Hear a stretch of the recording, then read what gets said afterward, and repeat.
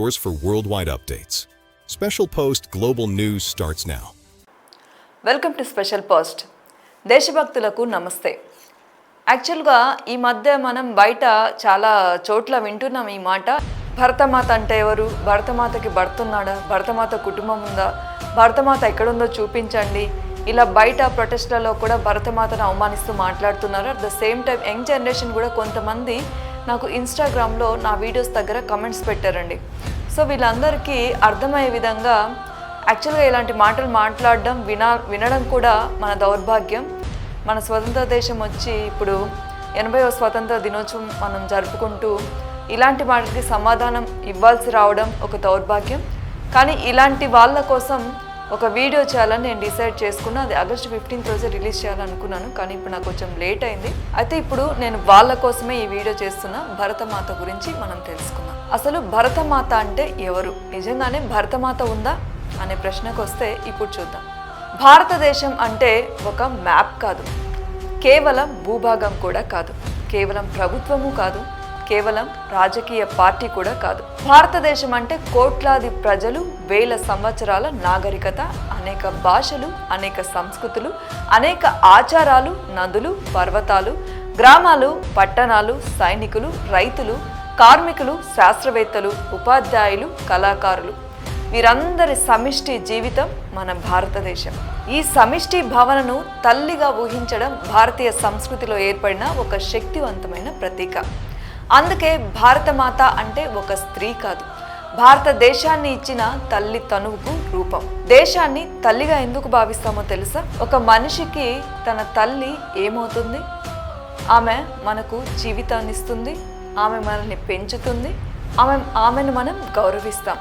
అదే భావనను దేశానికి కూడా అన్వయించినప్పుడు దేశం మనకు భూమిని ఇస్తుంది, దేశం మనకు జీవించడానికి సమాజాన్ని ఇస్తుంది, దేశం మనకు గుర్తింపునిస్తుంది, దేశం మనకు భాషలు, సంస్కృతులు, చరిత్రని కూడా ఇస్తుంది. అందుకే దేశాన్ని తల్లిగా ఊహించుకుంటాం. ఇది జీవశాస్త్ర సంబంధం కాదు, ఇది భావోద్వేగ సంబంధం. అర్థమైందా? ఇది జీవశాస్త్ర సంబంధం కాదు, ఇది భావోద్వేగ సంబంధం. అంటే ప్రతి మనిషికి ఒక ఎమోషన్ అన్నమాట మన భరతమాత. ఇక నెక్స్ట్, భరతమాతకి భర్త ఎవరు అనే ప్రశ్నకు వస్తే, భరతమాతకి భర్త అంటూ ఎవరు లేరు. ఎందుకంటే భారతమాత ఒక దేవతగా లేదా చారిత్రక వ్యక్తిగా నిర్ధారించబడిన మహిళ కాదు. భరతమాత అంటే దేశానికి ఒక పర్సోనిఫికేషన్, అంటే వ్యక్తీకరణ. ఉదాహరణకు మదర్ నేచర్ అంటాం, కానీ ప్రకృతికి నిజంగా పెళ్లి జరిగిందా? లేదు. మదర్ ఎర్త్ అంటాం, భూమికి కుటుంబ వ్యవస్థ ఉందా? లేదు. అవి భావాలకు అర్థమయ్యేలా చెప్పడానికి ఉపయోగించే ప్రతీకలు అన్నమాట. అదేవిధంగా భారతమాత కూడా దేశాన్ని తల్లి రూపంలో ఊహించే ప్రతీక. భారతమాత భావనలో అసలు విలువలేంటో చూద్దాం. భారతమాత చిత్రంలో కేవలం జెండా లేదా కిరీటం చూడడం సరిపోదు, ఆమె వెనుక ఉన్న విలువల్ని చూడాలి. త్యాగం. దేశం కోసం సైనికుడు తన ప్రాణాన్ని త్యాగం చేస్తాడు. స్వతంత్ర సమరయోధులు తమ జీవితాలనే అర్పించారు.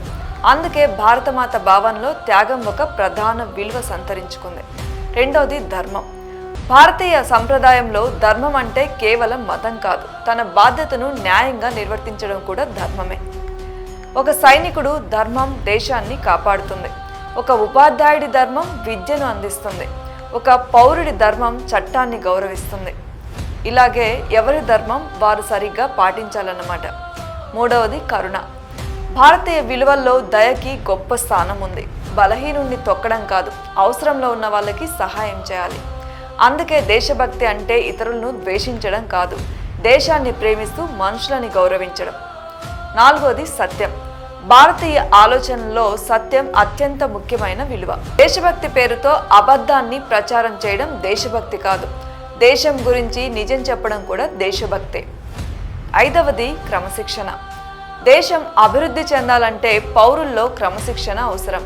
ట్రాఫిక్ నియమాలు పాటించడం, పన్నులు చెల్లించడం, ప్రజా ఆస్తులను కాపాడడం, చెత్తను ఎక్కడ పడితే అక్కడ వేయకపోవడం, ఇవి చిన్న విషయాల్లో కనిపించినా ఇవే నిజమైన దేశభక్తికి పునాది.